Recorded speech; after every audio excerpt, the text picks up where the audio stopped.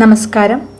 ശ്രീനാരായണ ഗുരു open യൂണിവേഴ്സിറ്റിയുടെ multi disciplinary കോഴ്സായ historical tourism എക്സാമാണ് അടുത്തതായിട്ട് നിങ്ങൾക്ക് വരാൻ പോകുന്നത്. 4 ബ്ലോക്കുകളായിട്ടാണ് 8 യൂണിറ്റുകൾ അറേഞ്ച് ചെയ്തിരിക്കുന്നത്. ഓരോ ബ്ലോക്കിലും 2 യൂണിറ്റ് വീതം വരുന്നുണ്ട്. അപ്പോൾ നമുക്ക് ബ്ലോക്ക് 1 ആദ്യ യൂണിറ്റിലേക്ക് കടക്കാം.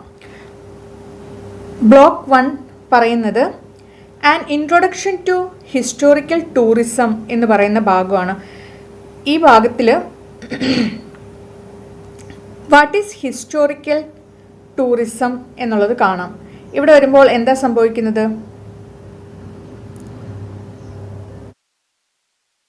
വാട്ട് ഈസ് ഹിസ്റ്റോറിക്കൽ ടൂറിസം എന്നുള്ളിടത്ത് എന്താണ് ടൂറിസം എന്നുള്ളതിനെ പറ്റി പറഞ്ഞു പോകുന്നുണ്ട്. അത് പ്രധാനപ്പെട്ട ഒരു ചോദ്യം തന്നെയാണ്. വാട്ട് ഈസ് ടൂറിസം എന്നുള്ളൊരു ചോദ്യം നമ്മൾ പ്രതീക്ഷിക്കണം. അതുപോലെ തന്നെയാണ് ഹിസ്റ്റോറിക്കൽ ടൂറിസം എന്ത് എന്നുള്ളതിനെ പറ്റിയും ഒരു ഭാഗം ഇവിടെ നമുക്ക് കാണാം. അപ്പോൾ ഈ ഒരു ഭാഗത്ത് നിന്നും പ്രധാനപ്പെട്ടതായിട്ട് നമ്മൾ നോക്കേണ്ട ചോദ്യങ്ങൾ: what is the primary purpose of tourism? ടൂറിസത്തിൻ്റെ പ്രൈമറി പർപ്പസ് എന്ന് പറയുന്നത് എന്താണ്? ടൂറിസം എന്താ? സാധാരണ നമുക്ക് ഒരു റിലാക്സേഷൻ നൽകുന്ന ഒരു പ്രോസസ്സാണ് എന്നുള്ളത് കാണാം. അപ്പോൾ ടൂറിസത്തിൻ്റെ മെയിൻ പർപ്പസ് ആയിട്ട് ഇവിടെ പറയുന്നത് to spend time away from home from recreation, relaxation and pleasure. അതായത് വീട്ടിൽ നിന്നും മാറി നിന്നുകൊണ്ട് എന്തൊക്കെയാണ് ലഭിക്കുന്നത്? Recreation, relaxation. ഇതിന് വേണ്ടിയിട്ട് നമ്മൾ വീട്ടിൽ നിന്ന് മാറി നിൽക്കുന്നതിനെയാണ് നമ്മൾ ടൂറിസം എന്നുള്ളത് കൊണ്ട് ഉദ്ദേശിക്കുന്നത് എന്ന് കാണാം. വേറൊരു സ്ലൈഡ് കൂടി നിങ്ങൾക്ക് ഇവിടെ കാണിച്ചു തരാം.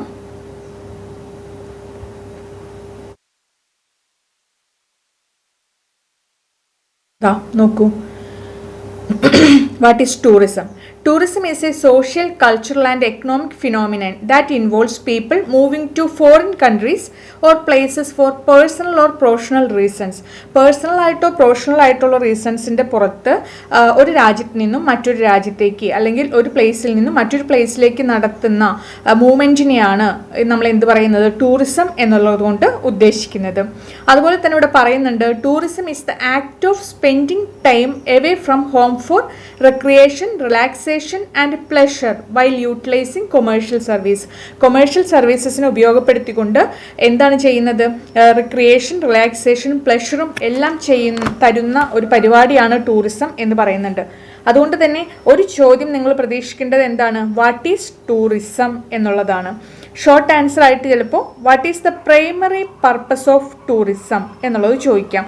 എന്താണ് പ്രൈമറി പർപ്പസ്?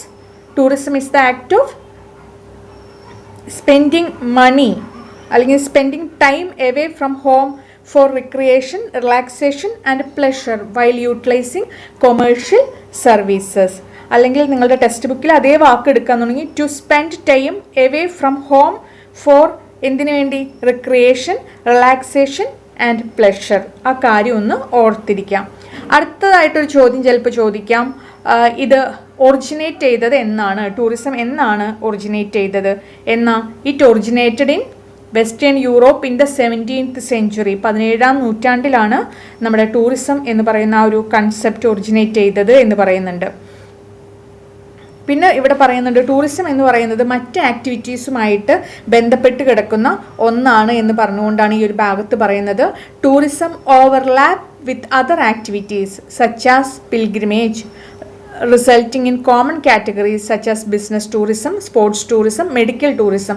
അതായത് നമ്മുടെ സ്പോർട്സ് ടൂറിസവും ബിസിനസ് ടൂറിസം, മെഡിക്കൽ ടൂറിസം അല്ലെങ്കിൽ ഈ തീർത്ഥാടനം ഇതെല്ലാമായി ബന്ധപ്പെട്ട് കിടക്കുന്ന ഒന്നാണ് ടൂറിസം എന്ന് പറയുന്നത്. അതായത് വിവിധ മേഖലകളുമായിട്ട് പരസ്പരം ബന്ധപ്പെട്ട് കിടക്കുന്ന ഒന്നാണ് ടൂറിസം എന്നുള്ളതിനെ പറ്റിയും ഇവിടെ പറയുന്നുണ്ട്.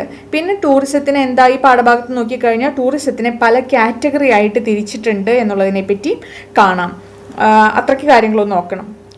പിന്നീട് ചോദിക്കുന്നതാണ് ഒരു ചോദ്യം നമ്മൾ പ്രതീക്ഷിക്കേണ്ടതാണ്, what is historical tourism?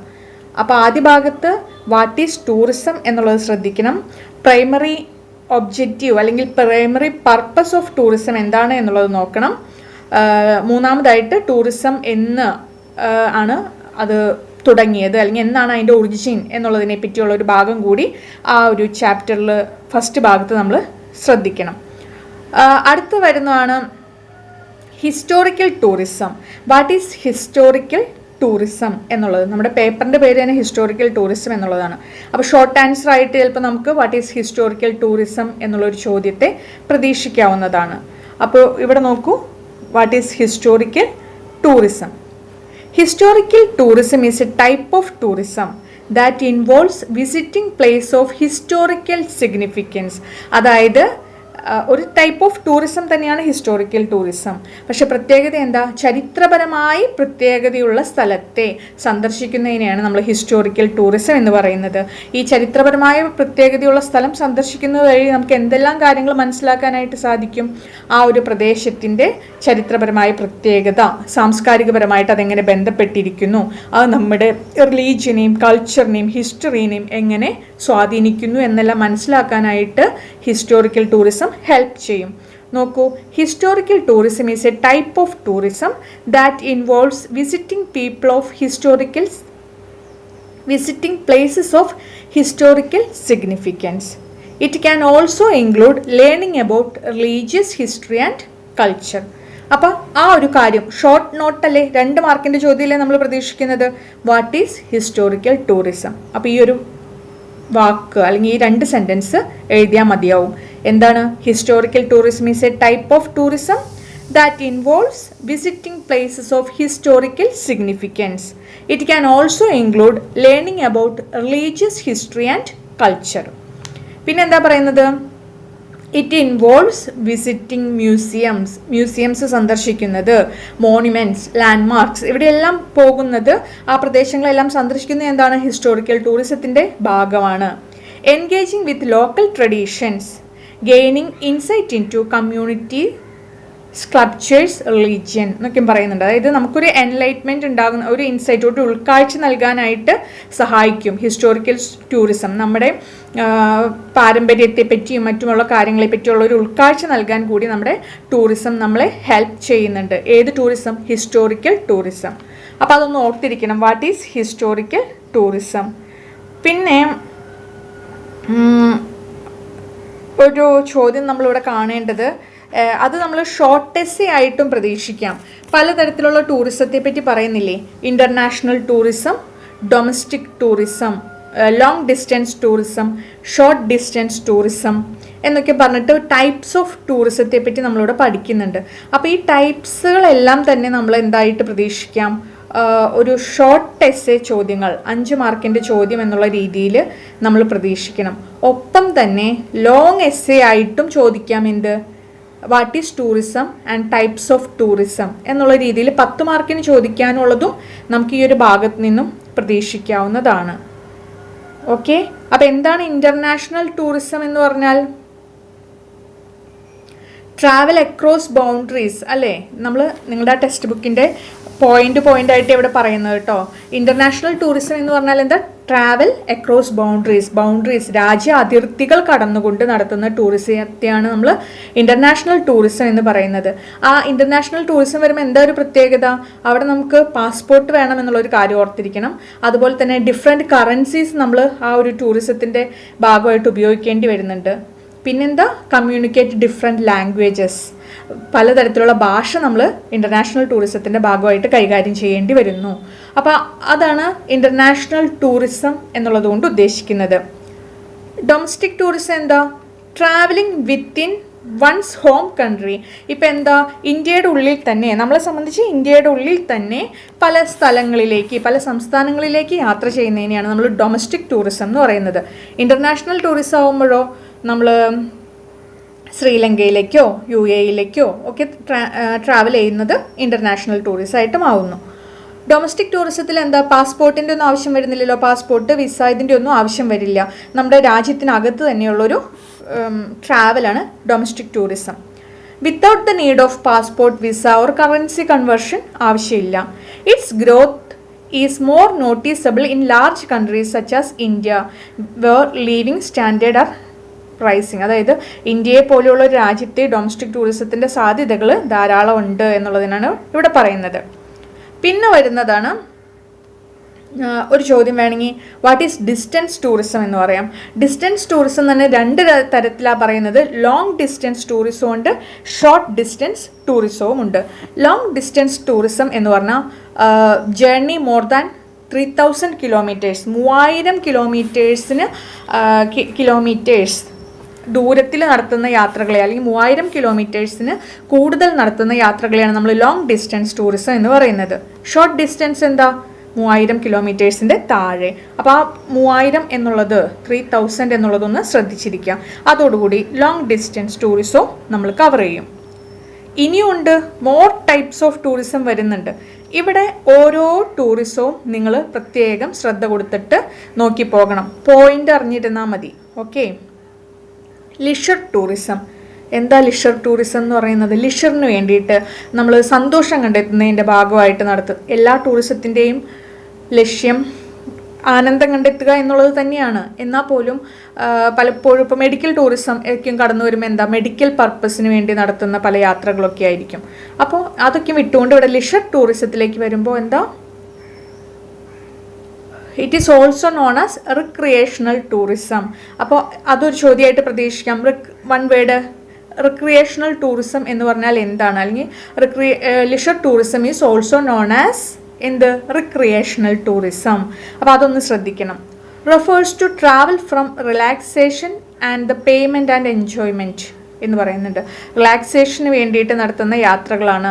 Beach vacation അതൊക്കെ ഇല്ലേ, ബീച്ചിൽ നടത്തുന്നത്, അമ്യൂസ്മെൻറ്റ് പാർക്സുകൾ, സിറ്റികൾ, അവിടെയെല്ലാം പോകുന്നതിനെയാണ് നമ്മൾ ലിഷർ ടൂറിസം എന്ന് പറയുന്നത്. എക്സാമ്പിളായിട്ട് Maldives, Paris, Disneyland, Shimla അതൊക്കെ നടത്തുന്നത്. ഇനി ഇന്ത്യയുടെ അകത്ത് തന്നെയെന്നുണ്ടെങ്കിലും ഇപ്പോൾ എന്താ, ഷിംല, ഡാർജിലിംഗ്, ഊട്ടി, നൈനിറ്റാൾ, പിന്നെന്താ മഹാബലേശ്വർ, കുളു, മണാലി, ഹിൽ സ്റ്റേഷൻസ് ഒക്കെ നടത്തുന്നില്ലേ, അവിടങ്ങളിലേക്കൊക്കെ നടത്തുന്ന യാത്രകളെയാണ് നമ്മൾ ലിഷർ ടൂറിസം എന്നുള്ളത് കൊണ്ട് ഉദ്ദേശിക്കുന്നത്. It boost local economies. എന്താ, ഇന്ത്യയുടെ അകത്ത് തന്നെ നടത്തുന്ന അല്ലെങ്കിൽ ലിഷർ ടൂറിസം വരുന്നതോടുകൂടി എക്കോണമീനെ, ലോക്കൽ എക്കോണമീനെ ബൂസ്റ്റ് ചെയ്യാനായിട്ട് ഇത് സഹായിക്കും. പിന്നെ എന്താ ടൂറിസം വഴി ഉണ്ടാകുന്നത്? ജോബ് ഓപ്പർച്യൂണിറ്റീസ് ധാരാളമായിട്ട് ഉണ്ടായിരിക്കും. പ്രൊമോട്ട് ഇൻഫ്രാസ്ട്രക്ചറൽ ഡെവലപ്മെൻറ്റ്, ഇൻഫ്രാസ്ട്രക്ചറൽ ഡെവലപ്മെൻറ്റിനും ഹെൽപ്പ് ചെയ്യുന്നതാണ് ലിഷർ ടൂറിസം. പിന്നെ ഇവിടെ ഒരു പോയിന്റ് പറയുന്നത്, എല്ലാത്തിനും നല്ല വശം മാത്രമല്ലല്ലോ, അതിനെ ആർഗ്യൂ ചെയ്യുന്നവരും ഉണ്ട്. അവർ പറയുന്നത്, critics argue that leisure tourism on the other hand can result in environmental degradation, the loss of local culture and higher living cost എന്ന് പറയുന്നുണ്ട്, ലിവിങ് എക്സ്പെൻസ്. അതായത് ക്രിട്ടിക്സ് പറയുന്നത് ഈ ലിഷർ ടൂറിസം എന്താ ചെയ്യുന്നത്, എൻവയോൺമെൻറ്റൽ ഡീഗ്രഡേഷന് കാരണമാകും. സംഭവം ഇപ്പോൾ നിങ്ങൾ ഓർത്തിരുന്നാൽ മതി. ജസ്റ്റ് ഒരു ഉദാഹരണം ഞാൻ പറയാം. പാലക്കാട്, കൊല്ലങ്കോടൊക്കെ ധാരാളമായിട്ട് ടൂറിസത്തിൻ്റെ ഭാഗമായിട്ട് ആളുകൾ ചെല്ലുന്നതോടുകൂടി എന്താ, അവിടെ കൂടുതലായിട്ട് സ്വാഭാവികമായിട്ടുള്ള പരിസ്ഥിതിയെ നശിപ്പിക്കുന്നതിന് കാരണമാകുന്നുണ്ട്. പ്ലാസ്റ്റിക്കും മറ്റു മാലിന്യങ്ങളും എല്ലാം വലിച്ചെറിഞ്ഞ് ആ ഒരു പ്രകൃതിയെ അപ്പാടെ നശിപ്പിക്കാനായിട്ടുള്ളൊരു വഴിവെക്കും. അപ്പോൾ അതൊക്കെ അവിടെ പറയുന്നത് എൻവയോൺമെൻറ്റൽ ഡീഗ്രഡേഷന് കാരണമാകുന്നു. ലോക്കൽ കൾച്ചറിലെ ലോസ് ഓഫ് ലോക്കൽ കൾച്ചർ, നമ്മുടെ തനതായ കൾച്ചർ നഷ്ടപ്പെടുന്നതിന് കാരണമാകുന്നുണ്ട്. പിന്നെ എന്താ, പലപ്പോഴും ഹയർ ലിവിങ് എക്സ്പെൻസ്, നമ്മുടെ ലിവിങ് എക്സ്പെൻസ് കൂടാനും ലിഷർ ടൂറിസം വഴിവെക്കുന്നുണ്ട് എന്നുള്ളത് ഓർത്തിരിക്കാം. പിന്നെ ഒരു ചോദ്യമായിട്ട് ഇതേപോലെ ഷോർട്ട് ആൻസർ ആയിട്ടോ ഷോർട്ട് എസ്സേ ആയിട്ടോ വരാവുന്നതാണ് കൾച്ചറൽ ടൂറിസം. കൾച്ചറൽ ടൂറിസത്തിൻ്റെ ഭാഗമായിട്ട് വരുമ്പോൾ ഒരു രാജ്യത്തിൻ്റെ റിലീജിയസ് കൾച്ചർ മനസ്സിലാക്കാനായിട്ട്, അല്ലെങ്കിൽ ലൈഫ് സ്റ്റൈല്, ഹിസ്റ്ററി, ആർട്ട്, റിലീജിയനെ പറ്റിയെല്ലാം മനസ്സിലാക്കാൻ വേണ്ടിയിട്ട് നടത്തുന്ന ടൂറിസമാണ് കൾച്ചറൽ ടൂറിസം എന്ന് പറയുന്നത്. ഫോക്കസ് ചെയ്തിരിക്കുന്ന എന്താണ്, ഒരു രാജ്യത്തിൻ്റെ അല്ലെങ്കിൽ ഒരു പ്രദേശത്തിൻ്റെ കൾച്ചർ, അവരുടെ lifestyle, history, art, architecture, religion, ഇതിനെപ്പറ്റിയെല്ലാം മനസ്സിലാക്കുന്നതിന് വേണ്ടി നടത്തുന്ന യാത്രകളെയാണ് കൾച്ചറൽ ടൂറിസം എന്ന് പറയുന്നത് കേട്ടോ. ഇതിൽ തന്നെ പറയുന്നുണ്ട്, it also include specialisation such as industrial and creative tourism. ഈ കൾച്ചറൽ ടൂറിസത്തിൽ തന്നെ ഇൻഡസ്ട്രിയൽ ടൂറിസം എന്നും ക്രിയേറ്റീവ് ടൂറിസം എന്നും രണ്ടായിട്ട് തരംതിരിക്കുന്നുണ്ട്. ഇൻഡസ്ട്രിയൽ ടൂറിസത്തിലേക്ക് വരുമ്പോൾ എന്താ സംഭവിക്കുന്നത് വെച്ചാൽ, ഒരു ഇൻഡസ്ട്രിയൽ ഹെറിറ്റേജ് സൈറ്റുകൾ സന്ദർശിക്കുക എന്നുള്ളതാണ് ഉദ്ദേശിക്കുന്നത്. മാനുഫാക്ചറിങ് പ്രോസസ്സ് മനസ്സിലാക്കുക, ഓരോ ഫാക്ടറികളെല്ലാം സന്ദർശിച്ചുകൊണ്ട് അവിടുത്തെ കാര്യങ്ങളെപ്പറ്റി മനസ്സിലാക്കുന്നത്, അവിടുത്തെ ട്രഡീഷണൽ ക്രാഫ്റ്റുകൾ കാര്യങ്ങളെല്ലാം മനസ്സിലാക്കുന്നതിനെയാണ് നമ്മൾ ഇൻഡസ്ട്രിയൽ ടൂറിസം എന്ന് പറയുന്നത് കേട്ടോ. ക്രിയേറ്റീവ് ടൂറിസത്തിലേക്ക് വരുമ്പോൾ എന്താ, അവിടുത്തെ നോക്കൂ, creative tourism allow tourist to participate in artistic or creative activities such as pottery, painting, cooking. കണ്ടിട്ടില്ലേ, നമ്മളിപ്പോൾ നമ്മുടെ നാട്ടിൽ തന്നെയുണ്ട് ഈ കയറ് പിരിക്കുന്ന ആളുകളുടെ അടുത്ത് ചെന്നിട്ട് അവരുടെ കയറ് പിരിക്കാനായിട്ട് പഠിക്കുക, മൺപാത്രങ്ങൾ നിർമ്മിക്കുന്നതിന് പഠിക്കുക, അത്തരത്തിലുള്ള കാര്യങ്ങളെല്ലാം ഉൾക്കൊള്ളുന്നതാണ് ക്രിയേറ്റീവ് ടൂറിസം. ഇപ്പോൾ തഞ്ചാവൂർ പോയിട്ട് തഞ്ചാവൂർ പെയിൻറ്റിങ്സിനെ പറ്റി പഠിക്കുന്നു, ആ പെയിൻറ്റിങ്ങുകൾ ചെയ്യാൻ പഠിക്കുന്നു. ഇനി നല്ല ഫുഡ് ഉണ്ടാക്കുന്ന സ്ഥലത്ത് പോയിട്ട് അവിടുത്തെ ഫുഡിനെ പറ്റി പഠിക്കുന്നു. ഇതെല്ലാം എന്താണ്, ക്രിയേറ്റീവ് ടൂറിസം. കൾച്ചറൽ ടൂറിസത്തിൻ്റെ ഭാഗമായിട്ട് 2 കാര്യങ്ങളാണ് പറയുന്നത്, ഇൻഡസ്ട്രിയൽ ടൂറിസവും industrial tourism, creative tourism. Industrial tourism പേര് പോലെ തന്നെ ഇൻഡസ്ട്രി വിസിറ്റ് ചെയ്തുകൊണ്ട് അവിടുത്തെ ഇൻഡസ്ട്രിയുടെ കാര്യങ്ങളെപ്പറ്റി, ഇപ്പോൾ ഒരു പഴയ ഇൻഡസ്ട്രി പോയി കണ്ടുകൊണ്ട് അവിടുത്തെ കാര്യങ്ങളെപ്പറ്റി പഠിക്കുന്നു. ക്രിയേറ്റീവ് ടൂറിസം എന്ന് പറയുമ്പോൾ ഇത്തരത്തിൽ തന്നെ ക്രിയേറ്റീവായിട്ടുള്ള കാര്യങ്ങളിലേക്ക് കുറച്ചും കൂടി ശ്രദ്ധ കൊടുത്തുകൊണ്ട് പഠിക്കുന്നു, മനസ്സിലാക്കുന്നതിന് വേണ്ടിയിട്ട് നടത്തുന്ന യാത്രകൾ. അടുത്തത് വരുന്നതാണ് റിലീജിയസ് ആൻഡ് സ്പിരിച്വൽ ടൂറിസം എന്ന് പറയുന്നത്. പേര് പോലെ തന്നെ എന്താ, നമ്മുടെ തീർത്ഥാടന യാത്രകളില്ലേ, അതാണ് ഉദ്ദേശിക്കുന്നത് റിലീജിയസ് ആൻഡ് സ്പിരിച്വൽ ടൂറിസം. അവിടെ എന്താ സംഭവിക്കുക, നമ്മൾ കുളു മണാലിയൊക്കെ പോയ പോലെയല്ല അല്ലേ. ഇവിടെ നമ്മൾ ക്ഷേത്രങ്ങൾ, അമ്പലങ്ങൾ, പള്ളികൾ, മോസ്കുകൾ ഒക്കെ ആയിരിക്കും സന്ദർശിക്കുക. നോക്കൂ, visiting places of religious significance four spiritual purpose or perform religious duties എന്ന് പറയുന്നുണ്ട്. ഗോൾഡൻ ടെമ്പിള്, വാരണാസി, പ്രയാഗ്, രാമേശ്വർ, മധുര. നമ്മൾ ഇപ്പം നോക്കൂ, കുംഭമേള നടന്നില്ലേ, കുംഭമേള, പുരി, അവിടേക്കും പോയി സന്ദർശിക്കുന്നതിനെയാണ് നമ്മൾ റിലീജിയസ് ആൻഡ് സ്പിരിച്വൽ ടൂറിസം എന്നുള്ളത് കൊണ്ട് ഉദ്ദേശിക്കുന്നത്. അടുത്ത് wild life tourism. Wild life ടൂറിസത്തിലേക്ക് വരുമ്പോൾ എന്താ, ഈ വന്യമൃഗങ്ങളെയും മറ്റും കാണുന്നതിന് വേണ്ടിയിട്ട് നടത്തുന്ന യാത്രകളാണ്. പക്ഷേ നമ്മളുടെ ഇന്ത്യനെ സംബന്ധിച്ച് ഈ ഹണ്ടിങ് എന്ന് പറയുന്നത് പ്രൊഹിബിറ്റഡ് ആണ്. വൈൽഡ് ലൈഫ് ടൂറിസത്തിൽ ഹണ്ടിങ് പ്രൊഹിബിറ്റഡ് ആണ് എന്നുള്ളൊരു കാര്യം ഒന്ന് ശ്രദ്ധിക്കണം. പല തരത്തിലുള്ള മൃഗങ്ങളെയും കാടുകളെയും മറ്റും മനസ്സിലാക്കുന്നതിന് വേണ്ടിയിട്ട് നടത്തുന്നതാണ് വൈൽഡ് ലൈഫ് ടൂറിസം എന്ന് പറയുന്നത്. നമുക്കിവിടെ നാഷണൽ പാർക്കുകളുണ്ട് കേട്ടോ. ഇന്ത്യയിൽ 112ഓളം വരുന്ന നാഷണൽ പാർക്കുകളുണ്ട്. അവിടെ നമുക്ക് സഫാരി ചെയ്യുന്നതിനുള്ള അനുമതിയും കാര്യങ്ങളൊക്കെ ഉണ്ട്, അതിനുപയോഗപ്പെടുത്തുന്നു എന്നുള്ളതാണ് വൈൽഡ് ലൈഫ് ടൂറിസം. അടുത്ത അഡ്വഞ്ചർ ടൂറിസം ആണ്. ഈ അഡ്വഞ്ചർ ടൂറിസം പ്രത്യേകം നോട്ട് ചെയ്യുക. അഡ്വഞ്ചർ ടൂറിസത്തിൽ തന്നെ 2 തരത്തിൽ വരുന്നുണ്ട്, ഹാർഡ് അഡ്വഞ്ചർ ആക്ടിവിറ്റീസും സോഫ്റ്റ് അഡ്വഞ്ചർ ആക്ടിവിറ്റീസ്. അഡ്വഞ്ചർ ടൂറിസത്തെ പറ്റി ചോദ്യം വരുന്നുണ്ട് കേട്ടോ. ഇവിടെ അഡ്വഞ്ചർ ടൂറിസത്തെ പറ്റി പറയുമ്പോൾ ഒരു soft adventure activities, hard adventure activities എന്നുള്ള രീതിയിൽ ചിലപ്പോൾ ചോദ്യം ചോദിച്ചേക്കാം. കുറച്ച് റിസ്കി ആയിട്ടുള്ള കാര്യങ്ങൾ ചെയ്യാൻ താല്പര്യപ്പെടുന്ന ആളുകൾക്ക്, ഇപ്പം എന്താ പറയുക, ട്രക്കിങ് പോലെയുള്ള കാര്യങ്ങളില്ലേ, വലിയ മലകളുടെ മുകളിലേക്ക് നടത്തുന്ന ട്രക്കിങ്ങുകൾ, അഗസ്ത്യാർകൂടവും അല്ലെങ്കിൽ നേത്രാവതി പോലെയുള്ള സ്ഥലങ്ങളിലേക്കൊക്കെ നടത്തുന്നത്, നമ്മളുടെ ഇവിടെ തന്നെ മീശപ്പുലിമല ഒക്കെ പോവില്ലേ, അതിനെയൊക്കെ ഉദ്ദേശിക്കുന്നതാണ് ഈ അഡ്വഞ്ചർ ടൂറിസം എന്നുള്ളതുകൊണ്ട്. ഇവിടെ തന്നെ എന്തുണ്ട്, ഹാർഡ് അഡ്വഞ്ചർ ആക്ടിവിറ്റീസ് ഉണ്ട്. ഇപ്പം അവിടെ ഹൈ റിസ്ക് ഉണ്ടായിരിക്കും. അതുകൊണ്ട് തന്നെ എന്ത് വേണം, ഒരു സ്പെഷ്യലായിട്ടുള്ള ട്രെയിനിങ് നൽകിയിട്ടുള്ള ആൾക്കാരുടെ ഗൈഡൻസോട് കൂടിയേ നമുക്ക് ഹൈ റിസ്ക് ആക്ടിവിറ്റീസിലേക്ക് പോകാനായിട്ട് സാധിക്കുള്ളൂ. ഇനി സോഫ്റ്റ് അഡ്വഞ്ചർ ആക്ടിവിറ്റീസ് എന്ന് പറഞ്ഞാൽ എന്താ, റിസ്ക് താരതമ്യേന കുറവാണ്. വലിയ സ്കില്ലോ എക്സ്പീരിയൻസോ ഇല്ലെങ്കിൽ പോലും നമ്മൾ എന്ത് ചെയ്യും, ഈ ഹൈക്കിംഗ്, ക്യാമ്പിംഗ്, ബൈക്കിംഗ് ഒക്കെ ചെയ്യില്ലേ, അതിനെയാണ് നമ്മൾ സോഫ്റ്റ് അഡ്വഞ്ചർ ആക്ടിവിറ്റീസ് എന്ന് പറയാം. ഹാർഡ് അഡ്വഞ്ചർ ആക്ടിവിറ്റീസ് എന്ന് പറഞ്ഞാൽ നമ്മൾ ഈ ഹെലികോപ്റ്ററിലും അല്ലെങ്കിൽ ഇതിലൊക്കെ മുകളിൽ പോയിട്ട് താഴേക്ക് എടുത്ത് ചാടുന്ന ഓരോ ഇതുകളൊക്കെ ഇല്ലേ, അതുപോലെ തന്നെ ഈ കടലിൻ്റെ ഉള്ളിലേക്ക് പോയിട്ട് നടത്തുന്ന, അടിത്തട്ടിലേക്കൊക്കെ പോയിട്ട് നമ്മൾ നടത്തുന്ന പലതരത്തിലുള്ള ആക്ടിവിറ്റീസ്, അതെല്ലാം ഉൾക്കൊള്ളുന്നതാണ് അഡ്വഞ്ചർ ടൂറിസം. അടുത്ത വളരെ പ്രധാനപ്പെട്ട ഒന്നാണ് എക്കോ ടൂറിസം. അതുപോലെ തന്നെ വരുന്നതാണ് ഈ സസ്റ്റൈനബിൾ ടൂറിസം. അത് രണ്ടും ഒന്ന് ഓർത്തിരിക്കണേ, eco tourism, sustainable tourism. Eco tourism എന്താ? Eco tourism is a new tourism approach that protect natural areas, cultural and natural history and ecosystem integrity എന്നൊക്കെയും പറയുന്നുണ്ട്. എക്കോ ടൂറിസത്തിലേക്ക് വരുമ്പോൾ നമ്മുടെ നേച്ചറിന് ദോഷം വരാത്ത രീതിയിൽ എൻവയോൺമെൻറ്റിനെ പ്രൊട്ടക്റ്റ് ചെയ്തുകൊണ്ട് നടത്തുന്ന ടൂറിസത്തെയാണ് നമ്മൾ എക്കോ ടൂറിസം എന്നുള്ളത് കൊണ്ട് പറയാം. അതുപോലെ തന്നെ സസ്റ്റൈനബിൾ ടൂറിസത്തിലും എന്താ സംഭവിക്കുന്നത്? Balance economic, social and environmental impact എന്ന് പറയുന്നുണ്ട്. ബാലൻസ് ചെയ്തുകൊണ്ട് ഉള്ളൊരു, അതായത് നമ്മുടെ സൊസൈറ്റിക്കോ എക്കോണമിക്കോ ഒന്നും ഒരു തരത്തിലുള്ള ദോഷവും വരുത്താത്ത രീതിയിലുള്ളൊരു ടൂറിസത്തിനെയാണ് നമ്മൾ സസ്റ്റൈനബിൾ ടൂറിസം എന്ന് പറയുന്നത്. പിന്നൊന്നാണ് മെഡിക്കൽ ടൂറിസം. പേര് പോലെ തന്നെ എന്താണ്, മെഡിക്കൽ പർപ്പസിന് വേണ്ടിയിട്ട് നമ്മൾ നടത്തുന്ന യാത്രകളെയാണ് മെഡിക്കൽ ടൂറിസം എന്ന് പറയുന്നത്.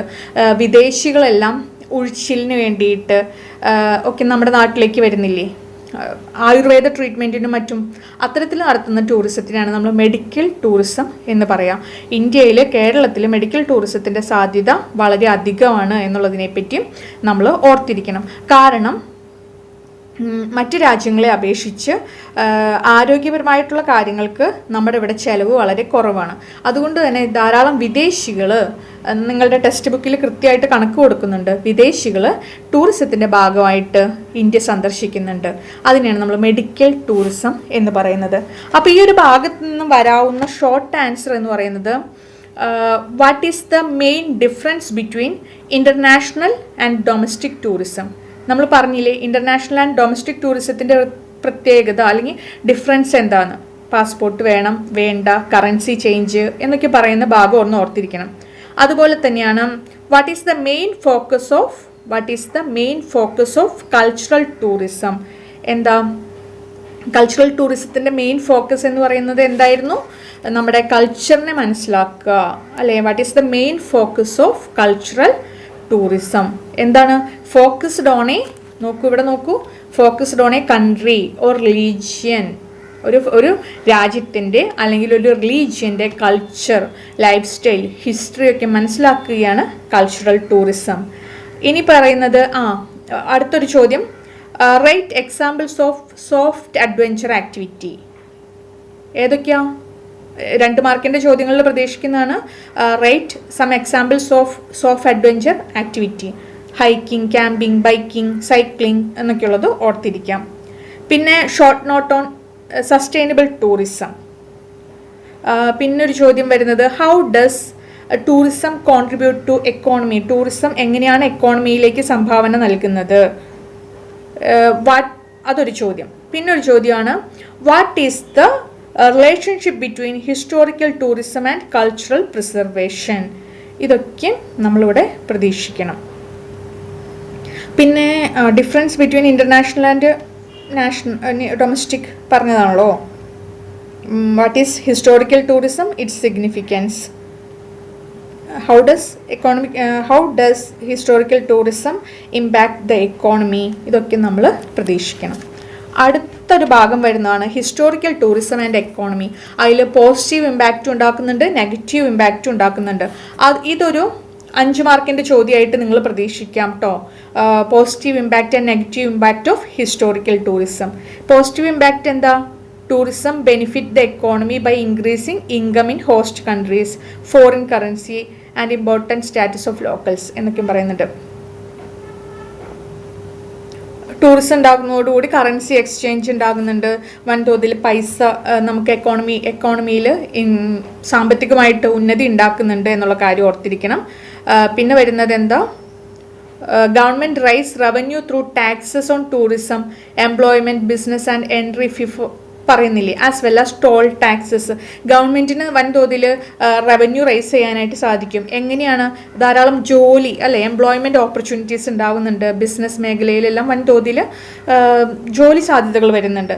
പിന്നെ ഓരോ സ്ഥലങ്ങളിലേക്കുള്ള എൻട്രി ഫീ വരുന്നു, ടോൾ വരുന്നു, അങ്ങനെയെല്ലാം പോസിറ്റീവ് ഇമ്പാക്റ്റുകൾ ഉണ്ടാകുന്നുണ്ട്. പിന്നെ ഇമ്പോർട്ട് ഡ്യൂട്ടി, അത്തരത്തിലുള്ള കാര്യങ്ങൾ ഓർത്തിരിക്കാം. പിന്നെ നോക്കൂ, tourism also increase government investment in local infrastructure resulting in improved facilities for both tourist and resistance. അവിടെ പറയുന്നത് ടൂറിസം ഇൻകം ജനറേറ്റ് ചെയ്യാൻ ഹെൽപ്പ് ചെയ്യുന്നത് കൊണ്ട് തന്നെ എന്ത് ചെയ്യുന്ന അറിയാമോ? ഗവൺമെൻറ് ഒരുപാട് ഫണ്ട് ടൂറിസത്തിന് വേണ്ടിയിട്ട് ചെലവഴിക്കും. അത് നമ്മുടെ ലോക്കൽസിനിടയിലും പുറത്തേക്കും ധാരാളം സമ്പത്ത് ഉണ്ടാക്കുന്നതിനുള്ള കാരണമാവും. പിന്നെ ജോബ് ഓപ്പർച്യൂണിറ്റീസ് ഉണ്ടാക്കുന്നു എന്നുള്ളതും ഓർത്തിരിക്കുക. നെഗറ്റീവ് ഇമ്പാക്റ്റ് എന്താ? നേരത്തെ പറഞ്ഞതുപോലെ what are the negative impacts of tourism? Highly effective in least developed countries. അത് ലീസ്റ്റ് ഡെവലപ്ഡ് കൺട്രീസിനെ നെഗറ്റീവായിട്ട് ബാധിക്കും. അതുപോലെ പലപ്പോഴും ഉണ്ടല്ലോ, ഈ ടൂറിസ്റ്റുകൾ ധാരാളമായിട്ട് വരുന്നതോടുകൂടി നമ്മുടെ കോസ്റ്റ് ഓഫ് ലിവിങ് കൂടാനായിട്ട് ഇടവരും.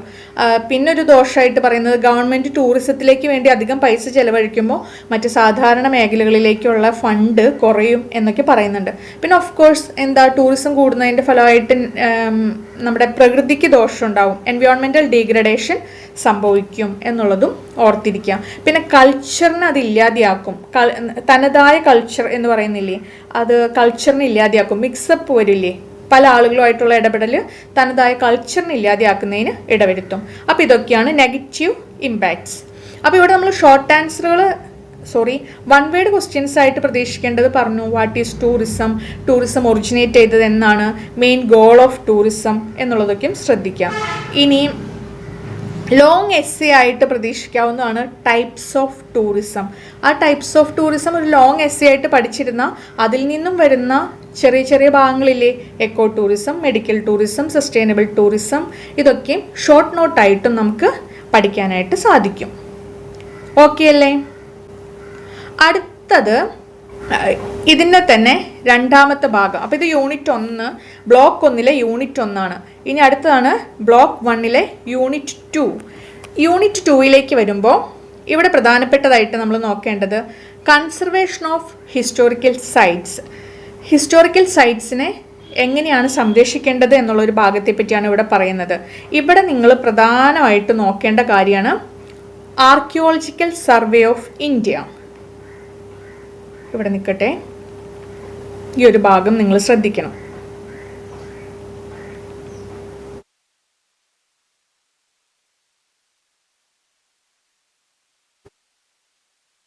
നോക്കൂ, role of Archaeological Survey of India അല്ലെങ്കിൽ ASI.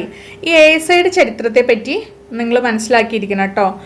ആർക്കിയോളജിക്കൽ സർവേ ഓഫ് എന്നാണ് ആരംഭിക്കുന്നത് എന്നുള്ളതിനെ പറ്റി, അവരുടെ ലക്ഷ്യം എന്താണ്, പല ആക്റ്റുകളെ പറ്റി പറയുന്നുണ്ട്. ആദ്യം എങ്ങനെയാണ് കൊണ്ടുവന്നിരുന്നത്, പിന്നീട് എന്തെല്ലാം മാറ്റം ഉണ്ടായി എന്നുള്ളതിനെ പറ്റി പറയുന്നുണ്ട് കേട്ടോ. ആ ഒരു കാര്യം എന്തായാലും ശ്രദ്ധിച്ചു പോകണം. നോക്കൂ, the archaeological Survey of India അല്ലെങ്കിൽ ASI which was established in 1861. 1861 ഇത് എസ്റ്റാബ്ലിഷ് ചെയ്യുന്നത് എന്നുള്ളൊരു കാര്യം ഓർത്തിരിക്കണം. അതുപോലെ തന്നെയാണ് അലക്സാണ്ടർ കണ്ണിങ്ഹാം എന്നുള്ളൊരു പേരും ഈ ഒരു ഭാഗത്ത് നമ്മൾ ഓർത്തിരിക്കേണ്ടതുണ്ട്. പിന്നെ നോക്കൂ, India is divided into 24 regions called circles. 24 circles ആയിട്ടാണ് ആർക്കിയോളജിക്കൽ സർവേ ഓഫ് ഇന്ത്യയുടെ കീഴിൽ നമ്മുടെ ഇന്ത്യനെ ഡിവൈഡ് ചെയ്തിട്ടുള്ളത്. ആർക്കിയോളജിക്കൽ സർവേ ഓഫ് ഇന്ത്യയുടെ ലക്ഷ്യം എന്താണ്? ചരിത്രപരമായിട്ടുള്ള സ്ഥലങ്ങൾ, സ്മാരകങ്ങൾ എല്ലാം സംരക്ഷിക്കുക എന്നുള്ളതാണ് ആർക്കിയോളജിക്കൽ സർവേ ഓഫ് ഇന്ത്യ. അതിന് വേണ്ടിയിട്ടുള്ള ഫണ്ട് ഇറക്കുക, അതിന് വേണ്ട രീതിയിൽ പ്രൊട്ടക്റ്റ് ചെയ്യുക എന്നുള്ളത് ഇവരുടെ ലക്ഷ്യമാണ്. അതുപോലെ തന്നെ ഇവിടെ പറയുന്നുണ്ട് ആർക്കിയോളജിക്കൽ സർവേ ഓഫ് ഇന്ത്യയുടെ കീഴിൽ പലതരത്തിലുള്ള ബ്രാഞ്ചുകളുണ്ട്. ഇവിടെ നോക്കിയാൽ അറിയാം കേട്ടോ. ASI has a large team of experts including skilled archaeologists, conservators, epigraphists, architects and scientists who work together on archaeological research and preservation project.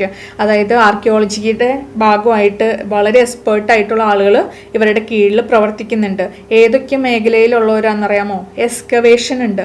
ഇപ്പോൾ പട്ടണം എക്സ്കവേഷൻ, കീഴടി എക്സ്കവേഷൻ ഒക്കെ വരുന്നില്ലേ, ആ ഉദ്ഘാടനത്തിന് വേണ്ടി പ്രവർത്തിക്കുന്ന ടീമുണ്ട്.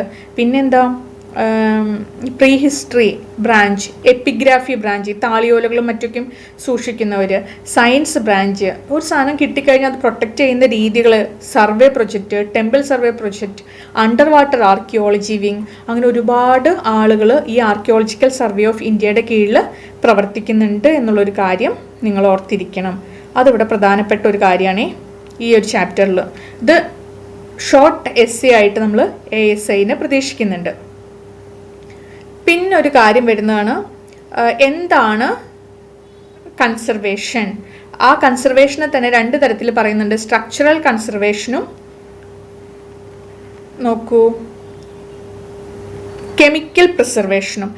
സ്ട്രക്ചറൽ കൺസർവേഷനിൽ വരുന്നത് ഓരോ ബിൽഡിങ്ങുകളും മറ്റും ഇല്ലേ, ആ ബിൽഡിങ്ങുകളെ മോണ്യുമെൻറ്റ്സ് കാര്യങ്ങളൊക്കെ അതേപോലെ തന്നെ നിലനിർത്തിക്കൊണ്ട് സംരക്ഷിക്കുന്നതിനെയാണ് നമ്മൾ സ്ട്രക്ചറൽ കൺസർവേഷൻ എന്നുള്ളതുകൊണ്ട് പറയുന്നത്. കെമിക്കൽ പ്രിസർവേഷൻ വരുന്നത് സയൻസിൻ്റെ ഹെൽപ്പോടുകൂടി കെമിക്കലും മറ്റ് സാധനങ്ങളും എല്ലാം ഉപയോഗിച്ചുകൊണ്ട് പ്രൊട്ടക്റ്റ് ചെയ്ത് വെക്കുന്നതിനാണ് നമ്മൾ കെമിക്കൽ പ്രിസർവേഷൻ എന്ന് പറയുന്നത്. ആ 2 ഭാഗം ഒന്ന് ശ്രദ്ധിക്കണം, structural conservation and chemical preservation. പിന്നെ ഇവിടെ വരുന്നതാണ് heritage. What is heritage grading? എന്താണ് ഹെറിറ്റേജ് ഗ്രേഡിംഗ് എന്ന് ചോദിച്ചു കഴിഞ്ഞാൽ 3 തരത്തിലുള്ള ഗ്രേഡാണ് ഇവിടെ പറയുന്നത്. Grade 1, grade 2, grade 3. അതിൽ ഓരോ ഗ്രേഡിനനുസരിച്ച് കൊണ്ടാണ് ഇത് കുറേ പ്രാധാന്യമുള്ള സ്ഥലം, കുറച്ച് പ്രാധാന്യമുള്ളത്, അതിനേക്കാൾ കുറച്ച് പ്രാധാന്യമുള്ള സ്ഥലം എന്നുള്ള രീതിയിലാണ് നമ്മൾ ഗ്രേഡ് ചെയ്തിരിക്കുന്നത്. ഇപ്പോൾ നോക്കൂ, അപ്പോൾ അതൊന്ന് ശ്രദ്ധിക്കാം. Heritage grading, what is heritage grading എന്ന് ചോദിച്ചിട്ടുണ്ടെങ്കിൽ ഗ്രേഡ് 1, ഗ്രേഡ് 2, ഗ്രേഡ് 3. ഗ്രേഡ് 1 എന്താ? Buildings classified as heritage grade 1 are those that are of national or historical significance. National ആയിട്ട് അല്ലെങ്കിൽ ഹിസ്റ്റോറിക്കൽ സിഗ്നിഫിക്കൻസ് ഉള്ളതിനെയാണ് നമ്മൾ ഗ്രേഡ് 1 ഉൾപ്പെടുത്തിയിട്ടുള്ളത്. Architectural style, design, technology, material utilisation or aesthetics. ഇതിൻ്റെ പ്രാധാന്യം കൊണ്ട് ടെക്നോളജിയുടെയോ മെറ്റീരിയൽ യൂട്ടിലൈസേഷൻ്റെയോ എസ്തെറ്റിക്സിൻ്റെയോ ഒക്കെ പ്രാധാന്യം കൊണ്ട് നാഷണൽ ശ്രദ്ധ നേടിയിട്ടുള്ള സ്ഥലങ്ങളെയാണ് നമ്മൾ ഗ്രേഡ് 1 ഉൾപ്പെടുത്താം. ഇപ്പോൾ for example Taj Mahal, Qutub Minar, Red Fort, ഇതൊക്കെ വരുന്നത് grade 1 There have always been the area's most important landmark. Grade 2 വരുമ്പോൾ എന്താ? ഗ്രേഡ് 1 കുറച്ചും കൂടി സ്മോൾ ആയിട്ടുള്ളൊരു സാധനം. Grade 2 consisting of buildings and presence of regional or local significance. റീജിയണലായിട്ട് അല്ലെങ്കിൽ ലോക്കൽ സിഗ്നിഫിക്കൻസ് ഉള്ള സ്ഥലങ്ങളെയാണ് നമ്മൾ ഗ്രേഡ് 2 ഉൾപ്പെടുത്താം. അതായത് ഇപ്പോൾ നിങ്ങൾ ഇത്രയ്ക്ക് ഓർത്തിരുന്നാൽ മതി, താജ്മഹൽ പോലെ അത്രത്തോളം ഇമ്പോർട്ടൻസിൽ ആളുകൾ അറിയുന്ന സ്ഥലമല്ലല്ലോ നമ്മുടെ തൃപ്പൂണിത്തുറ ഹിൽ പാലസ്, അത്രയ്ക്ക് ഓർത്താൽ മതി. അപ്പോൾ ലോക്കലായിട്ടുള്ള സിഗ്നിഫിക്കൻസ് ഉള്ള സ്ഥലങ്ങളാണ് ഗ്രേഡ് 2 വരുന്നത്. ഗ്രേഡ് 3 വരുമ്പോഴോ heritage grade 3 include significant buildings and townscape areas that arounds architectural, artistic or social interest. കുറച്ചും കൂടി ഗ്രേഡ് താഴ്ന്നതായിട്ടാണ് ഗ്രേഡ് 3 വരുന്നത്. അപ്പോൾ ഹെറിറ്റേജ് ഗ്രേഡിങ് ഈ ഒരു ഭാഗത്തെ ഇമ്പോർട്ടൻ്റ് ആയിട്ടുള്ളൊരു ചോദ്യമാണ്. അടുത്താണ് യുനെസ്കോ. യുനെസ്കോയും ഷോർട്ട് നോട്ടായിട്ട് നമ്മൾ പ്രതീക്ഷിക്കാം. യുനെസ്കോൻ്റെ ഇത് പഠിച്ചിരിക്കണേ, ഫുൾ ഫോം എന്താ? United Nations Educational, Scientific and Cultural Organization, UNESCO എന്നുള്ളത് ഓർത്തിരിക്കുക. യുനെസ്കോൻ്റെ തലസ്ഥാനം അത് എവിടെയാണ് സിറ്റുവേറ്റ് ചെയ്യുന്നത് എന്നുള്ളതിനെ പറ്റിയും ഓർത്തിരിക്കണം. യുനെസ്കോ എന്താണ്? നമ്മൾ പറയും യുനെസ്കോയുടെ വേൾഡ് ഹെറിറ്റേജ് പട്ടികയിൽ ഇടം പിടിച്ചിട്ടുണ്ട് എന്ന് പറഞ്ഞാൽ അതിന് കുറച്ചും കൂടി പ്രാധാന്യമുണ്ട്. യുനെസ്കോൻ്റെ ഫണ്ട് കിട്ടും അത് പ്രൊട്ടക്റ്റ് ചെയ്യാനായിട്ട്. അപ്പോൾ അത് ഓർത്തിരിക്കണം. യുനെസ്കോ എന്താണ് ചെയ്യുന്നത് എന്നുള്ളതിനെ പറ്റി ഒരു ഷോർട്ട് എസ്സേ ആയിട്ട് നമ്മൾ പഠിച്ചിരിക്കണം. നോക്കൂ, United Nations Educational, Scientific and Cultural Organization, UNESCO full form അറിഞ്ഞിരിക്കണം. Place a major role in safeguarding important cultural and natural sites around the world. ലോകമാകമാനമുള്ള കൾച്ചറൽ ഇമ്പോർട്ടൻസ് ഉള്ള അല്ലെങ്കിൽ നാച്ചുറൽ സൈറ്റ്സിനെ സംരക്ഷിക്കുകയാണ് യുനെസ്കോൻ്റെ duty. It encourage countries to identify, protect and preserve places that hold exceptional value for all of humanity, such as historical monuments, natural landscapes and archaeological sites. അത് ചിലപ്പോൾ ബിൽഡിങ്ങുകളായിരിക്കാം, പ്രദേശങ്ങളായിരിക്കാം, അതിനെല്ലാം വേണ്ടത്ര പ്രാധാന്യത്തോടു കൂടി സംരക്ഷിക്കുന്നതിന് വേണ്ടിയിട്ടാണ് യുനെസ്കോ ഫണ്ട് കൊടുക്കുന്നുണ്ട്. അവർ പ്രൊമോട്ട് ചെയ്യുന്നുണ്ട് ഓരോ രാജ്യങ്ങളെയും ഇത്തരത്തിലുള്ള പ്രദേശങ്ങൾ സംരക്ഷിക്കാനായിട്ട്. 1972 UNESCO adopted the convention concerning the protection of the world cultural and natural heritage, also known as World Heritage Convention. 1972 UNESCO world heritage convention നടക്കുന്നതിൻ്റെ ഭാഗമായിട്ടാണ് ഇത്തരത്തിലുള്ളൊരു പ്രൊജക്റ്റ് എല്ലാം കൊണ്ടുവരുന്നത്. എന്താണ് ഈ അഗ്രിമെൻറ്റിൻ്റെ പ്രത്യേകത എന്ന് പറഞ്ഞാൽ, this agreement was design to ensure that these important sites are maintained for future generation. ഭാവി തലമുറയിലേക്ക് വേണ്ടിയിട്ട് ഈ പ്രദേശങ്ങളെ സംരക്ഷിക്കുക എന്നുള്ളതാണ് യുനെസ്കോ ലക്ഷ്യം വെക്കുന്നത്. അതിൻ്റെ ഭാഗമായിട്ട് വരുന്നതാണ് വേൾഡ് ഹെറിറ്റേജ് കമ്മിറ്റി എന്നുള്ളതും നോക്കണം. വേൾഡ് ഹെറിറ്റേജ് കമ്മിറ്റി നേരത്തെ പറഞ്ഞല്ലോ.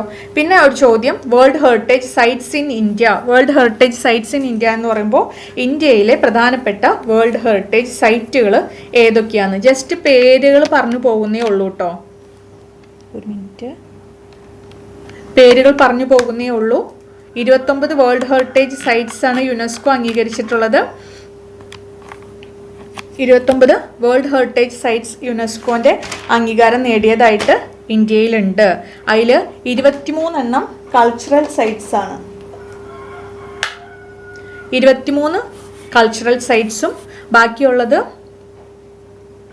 നമ്മുടെ പ്രദേശങ്ങളില്ലേ, ഇപ്പോൾ എന്താ പറയുക, നാച്ചുറൽ സൈറ്റ്സ് ആണ്. അപ്പോൾ അതൊന്ന് ഓർത്തിരിക്കണം. World heritage sites in India എന്ന് പറഞ്ഞിട്ട് വരുന്നത് ഏതൊക്കെയാണ്? 23 കൾച്ചറൽ സൈറ്റ്സ്. അതിൽ Taj Mahal, Agra fort, red fort, Konark സൂര്യക്ഷേത്രം എന്നൊക്കെ പറഞ്ഞിട്ട് കുറച്ച് പേരുകൾ പ്രധാനപ്പെട്ടത് പഠിച്ചിരിക്കുക. നമ്മൾ ഓൾറെഡി അടുത്ത ചാപ്റ്ററുകളിലേക്ക് വരുമ്പോൾ ഇത് ശ്രദ്ധിക്കും. പിന്നെ യുനെസ്കോയുടെ വേൾഡ് ഹെറിറ്റേജ് കമ്മിറ്റി എന്നുള്ളൊരു കാര്യം. അതുപോലെ തന്നെ ഉണ്ടല്ലോ, നിങ്ങൾ ഓരോ പാഠഭാഗത്തിലൂടെയും കടന്നു പോകുമ്പോൾ അതിൽ ഒബ്ജക്റ്റീവ് ടൈപ്പ് ക്വസ്റ്റ്യൻസ് കൊടുത്തിരിക്കുന്നത് തീർച്ചയായിട്ടും ഒരു പ്രാവശ്യമെങ്കിലും വായിച്ചു പോകണം. ഇതൊക്കെ തന്നെയാണ് ഷോർട്ട് ആൻസർ ആയിട്ട് നമ്മൾ പ്രതീക്ഷിക്കുന്നത്. ഇപ്പോൾ നോക്കൂ, what is the primary goal of the conservation of historical sites? എന്താണ് ഹിസ്റ്റോറിക്കൽ സൈറ്റ്സ് സംരക്ഷിക്കുക എന്നുള്ളതിൻ്റെ പ്രൈമറി ഗോൾ എന്താണ്? To preserve historical, architectural, artistic or cultural significance. എന്തിനു വേണ്ടിയിട്ടാണ് നമ്മൾ സംരക്ഷിക്കുന്നത്? നോക്കൂ, പ്രൈമറി ഗോൾ, കൺസർവേഷൻ്റെ പ്രൈമറി ഗോൾ എന്ന് പറയുന്നത് എന്താണ്? പ്രിസർവ് ചെയ്യുക. എന്തിനെ? Historical, architectural, artistic or cultural significance ഉള്ള സ്ഥലങ്ങളെ പ്രിസർവ് ചെയ്യുക എന്നുള്ളത് തന്നെയാണ് നമ്മുടെ ഇതിൻ്റെ പ്രത്യേകതയായിട്ട് പറയുന്നത്.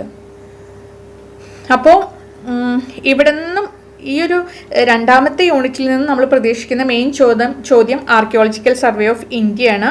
അതുപോലെ തന്നെ UNESCO, world heritage committee. World heritage കമ്മിറ്റിയുടെ കീഴിൽ വരുന്ന യുനെസ്കോൻ്റെ അംഗീകാരം നേടിയിട്ടുള്ള ഇന്ത്യയിലെ പ്രധാനപ്പെട്ട സ്ഥലങ്ങൾ ഏതൊക്കെയാണെന്നുള്ളത് നോക്കുക. അതുപോലെ തന്നെയാണ് ഹെറിറ്റേജിൻ്റെ ഗ്രേഡ് എങ്ങനെയാണ് എന്നുള്ളതിനെ പറ്റി പറയുന്നില്ലേ. ഗ്രേഡ് 1 നോക്കൂതേ, ഹെറിറ്റേജ് ഗ്രേഡിങ് എങ്ങനെയാണ്? ഗ്രേഡ് 1, ഗ്രേഡ് 2, ഗ്രേഡ് 3 ആയിട്ട് തിരിച്ചിട്ടുണ്ടെന്നുള്ളത് ഓർക്കണം. പിന്നെ ഉള്ളതാണ് സ്ട്രക്ചറൽ കൺസർവേഷനും കെമിക്കൽ പ്രിസർവേഷനും. പറഞ്ഞുല്ലോ, നോക്കൂ, structural conservation. What is structural conservation? Including historical practices and modern techniques to preserve building such as those seen in Junagadh and by figure like J. Marshall എന്ന് അവിടെ പറയുന്നുണ്ട്.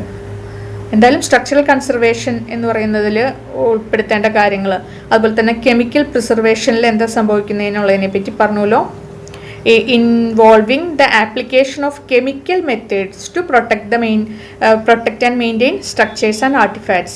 ഇപ്പോൾ ഉദാഹരണത്തിന് കെമിക്കൽ പ്രിസർവേഷനിലേക്ക് വരുമ്പോഴേ ഈ താളിയോലകളൊക്കെ ഇല്ലേ, അത് പൊടിഞ്ഞു പോവാതിരിക്കാൻ വേണ്ടിയിട്ടും മറ്റും ഒരു മരുന്നൊക്കെ അടിച്ചുകൊണ്ട് അതിനെ സംരക്ഷിച്ച് വയ്ക്കുന്നതൊക്കെയും ഈ കെമിക്കൽ പ്രിസർവേഷനിൽ ഉൾപ്പെടുത്താവുന്ന കാര്യങ്ങളാണ്. അപ്പോൾ ഇതൊക്കെയാണ് നമ്മൾ ബ്ലോക്ക് 1 നിന്നും പ്രധാനമായിട്ടും പ്രതീക്ഷിക്കുന്ന ചോദ്യങ്ങൾ എന്നുള്ളത് ശ്രദ്ധിക്കാം.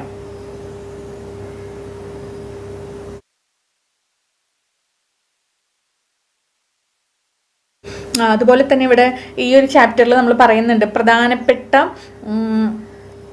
Environmental factors. ഈ ഒരു ഭാഗം നോക്കൂ കേട്ടോ. Identify and explain the major environmental factors responsible for the deterioration of heritage sites. How do factors such as wetness, solar radiation and pollution contribute to this issue? ഇവിടെ നമുക്ക് നോക്കിയാൽ കാണാം എന്തൊക്കെ കാര്യങ്ങളാണ് ഒരു മോണുമെൻറ്റിനെ അല്ലെങ്കിൽ ഒരു പ്രധാനപ്പെട്ട സ്ഥലങ്ങളെ നശിപ്പിക്കുന്നതിന് വഴിവെക്കുന്നതെന്ന്. തുടക്ക ഭാഗത്തിൽ പറയുന്നുണ്ട്. ജസ്റ്റ് നോക്കാട്ടോ നമുക്ക്.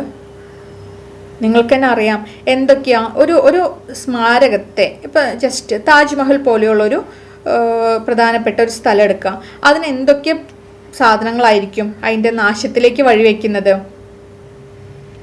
ഒന്ന് പ്രകൃതിപരമായിട്ടുള്ള കാര്യങ്ങളുണ്ട്. ഇപ്പോൾ ഉപ്പുകാറ്റ്, മണൽക്കാറ്റ്, അങ്ങനത്തെ കാര്യങ്ങൾ. പിന്നെന്താ, പ്രകൃതിക്ഷോഭം വരാം. പെട്ടെന്നൊരു വെള്ളപ്പൊക്കമോ അല്ലെങ്കിൽ ഭൂമി ഉലുക്കോ ഒക്കെയും ഇത്തരത്തിലുള്ള സാധനങ്ങളെ നശിപ്പിക്കാനായിട്ട് വഴിവെക്കും. ഇതെല്ലാം പുറമെ ഒരു പ്രവൃത്തിയാണ് എന്ത്, മനുഷ്യന്മാരുടെ ഇടപെടൽ. ശരിയായ രീതിയിൽ ഇപ്പോൾ ചില സ്ഥലങ്ങളിലേക്ക് ചെല്ലുമ്പോൾ കാണില്ല, അതിൻ്റെ ചരിത്രപരമായ പ്രാധാന്യം പോലും മനസ്സിലാക്കാണ്ടായിരിക്കും കുത്തി വരയ്ക്കുക, പേരെഴുതിയിടുക. അതുപോലെ മനുഷ്യന്മാരുടെ ഇടപെടലുകൾ, ഇതൊക്കെയാണ് നമ്മുടെ ഇതേ കണ്ടോ, നോക്കൂ.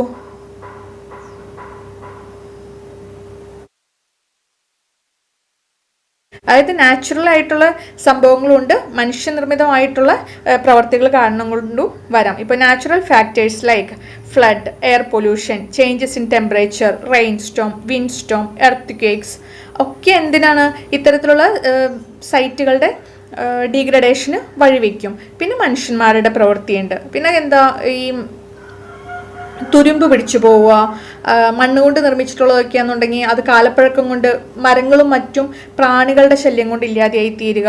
അങ്ങനെയുള്ള കാര്യങ്ങളെ പറ്റിക്കൊന്ന് ഓർത്തിരിക്കുക കേട്ടോ.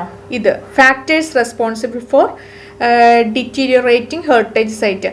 എന്താണ് ഹെറിറ്റേജ് സൈറ്റ്സിനെ നശിപ്പിക്കുന്നതിൻ്റെ ഘടകങ്ങൾ ഏതൊക്കെയാണെന്നുള്ളത് കൂടി ഈ ഒരു ഭാഗത്ത് നമ്മൾ അറിഞ്ഞിരിക്കേണ്ടതുണ്ട്. അതോടുകൂടി ബ്ലോക്ക് 1 മെയിൻ ചോദ്യങ്ങൾ അവസാനിക്കുകയാണ്. അപ്പോൾ ഓരോ ചാപ്റ്ററും പഠിക്കുമ്പോൾ അതിൽ നിന്നും വരാവുന്ന 1 വേർഡുകൾ, ഷോർട്ട് ആൻസറുകൾ, ഷോർട്ട് എസ്സേ, ലോങ് എസ്സേ എന്നുള്ള രീതിയിലൊന്ന് നോക്കിപ്പോകണം. ഇതൊക്കെയും നമുക്കൊരു ഷോർട്ട് ആൻസർ ആയിട്ട് പ്രതീക്ഷിക്കാം. Short essay, factors responsible for deteriorating heritage site, നമുക്കത് നോക്കാവുന്നതാണ്.